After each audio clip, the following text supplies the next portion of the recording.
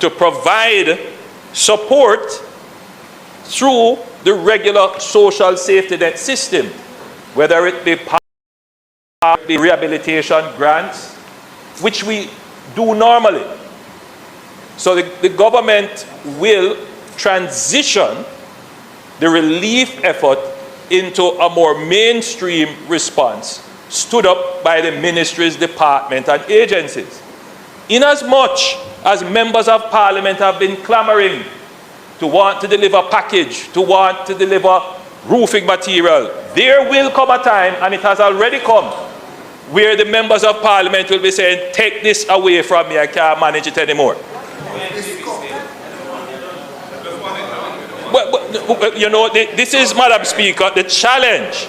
Because in one voice you say you want it, and then in another voice you say you don't want it, you just want it done. And Madam Speaker, we as the government who have the responsibility, we already knew that this moment would come. And therefore, Madam Speaker, that is why we have always emphasized that we must stand up the government, make the government strong, including the members of the opposition, so that we can give the long enduring service to those Jamaicans who are suffering. That is what we have done. So, Madam Speaker, the idea that somehow the relief effort has been partisan, unfairly distributed, the main proponent being my sister and neighbor from St. Andrew South West. The main proponent being my sister and neighbor from St. Andrew South West.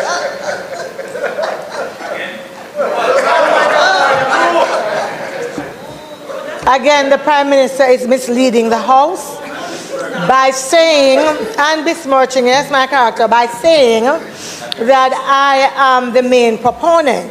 Obviously, he's not on social media. He's not reading what others are saying and writing. I am only bold enough to say it to your face. Yeah. Again, the Prime Minister is misleading the House by saying, and besmirching, yes, my character, by saying that I am the main proponent. Obviously, he's not on social media. He's not reading what others are saying and writing. I am only bold enough to say it to your face. Yeah.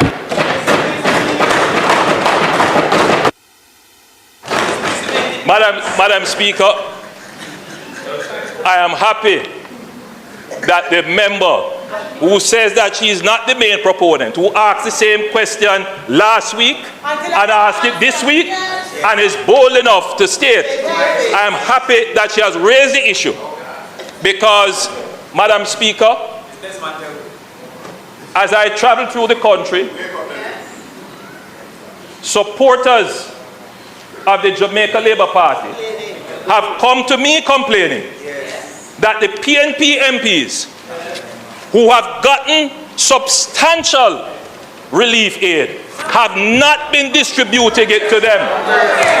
And I want to put it on record, Madam Speaker, that when they have come to me, I have said to them, in the interest of unity and peace in this country, that we wouldn't raise it or complain about it. But there is obviously, Madam Speaker, an effort to destroy the goodwill and to falsely accuse the government in a very malicious way.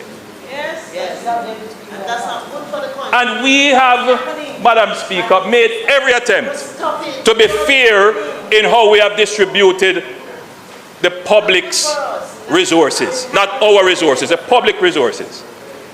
And to answer the member, I have given a directive to the Minister of Labour, to the Minister of Local Government, and to ADPEM that they must release all public aid that has been given to every member of Parliament in this country. So that the unfair and malicious attempt to cast the government in an unfair light can be dispelled by facts. So, Madam Speaker, that will be made available as soon as the next sitting. And we have also said, I must say, Madam Speaker, I received yesterday a very good report from ODPEM that they now have in place a proper system to manage inventory. So very soon we should be able to have a public access website where we can see everything that comes and everything that is given. We will put an end to this deliberate, malicious attempt to destroy the reputation of the government. Madam Speaker, and we will see when it happens who has gotten more. Madam Speaker, no, I'm on my feet. No, we will disclose everything that has been given to constituencies. Let me put it that way. Well, it can't go to the constituency unless it goes through the MP. So, Madam Speaker,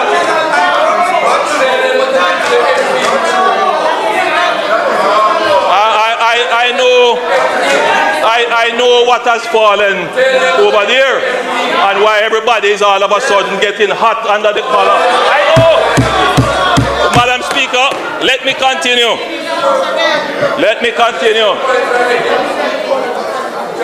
Now,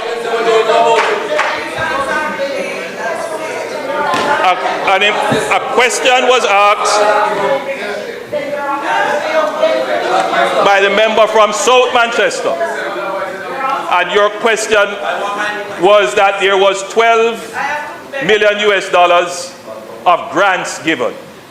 I am constrained to say, member, that the grants are specifically for technical advice. There are other grants given. In relation to the question asked by the leader of the opposition, there are other grants which ministers who are in the various areas where those grants are given will speak to. But 12 million for this case is for technical advice. 12 million. And you are correct in the sense that sometimes these grants come with conditionalities as to who would be the consultant, and some countries have, precisely, and some countries do have a requirement that by their law that some of their aid has to come through their local companies. I am not here saying that this is definitively the case for this. We have not discussed that.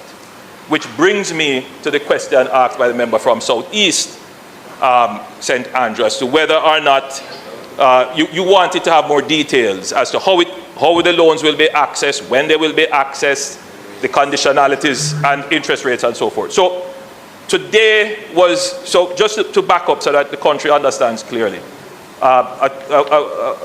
2 weeks ago, I had a discussion with all the international financial institutions at the G20.